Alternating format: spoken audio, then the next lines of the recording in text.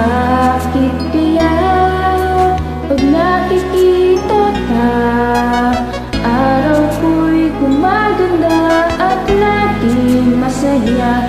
Ganyan ang damdamin kong nadarama mula noon, hindi nagbabago hanggang ngayon.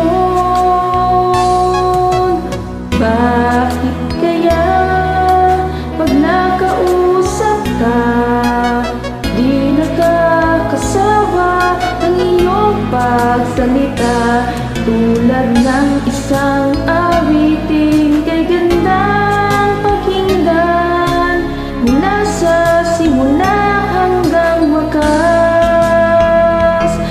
Sadyang ganyan ang damdamin ko sa'yo,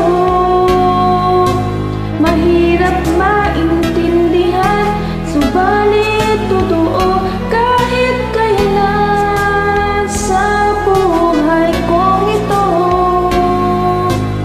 Di ka lilimutin mula noon hanggang ngayon.